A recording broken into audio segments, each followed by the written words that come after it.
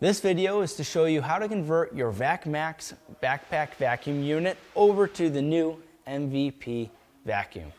We want to know whether it's a T-handle, Ergo Assist, Ergo Excel, or machine package, all the same principles apply. You're going to see with the Vax Max unit here, we have our 5-foot gray hose that goes into our relief valve, and then a 4-foot black hose that goes down onto our pads.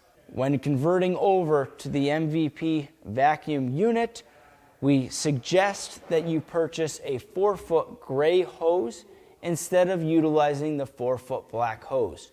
Reason being, this is corrugated. You're going to get more shucking with this unit, and the vacuum will end up being louder, whereas the smooth bore of the gray hose allows for a little bit better suction and less shucking. Now when we get up here to the relief valve, you're going to take the MVP vacuum and put it right on the end of the relief valve. Nothing else is needed. It just simply slides on.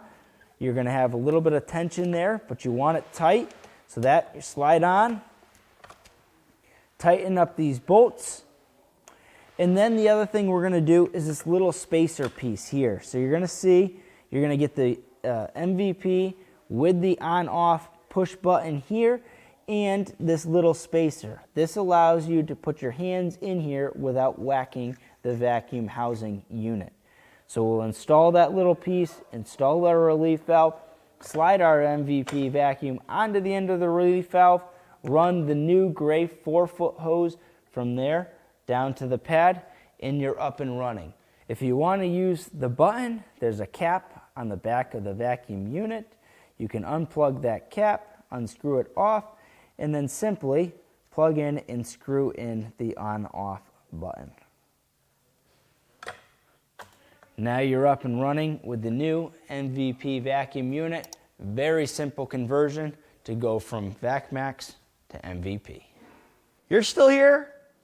Click the video on the screen. That's what most contractors watch next.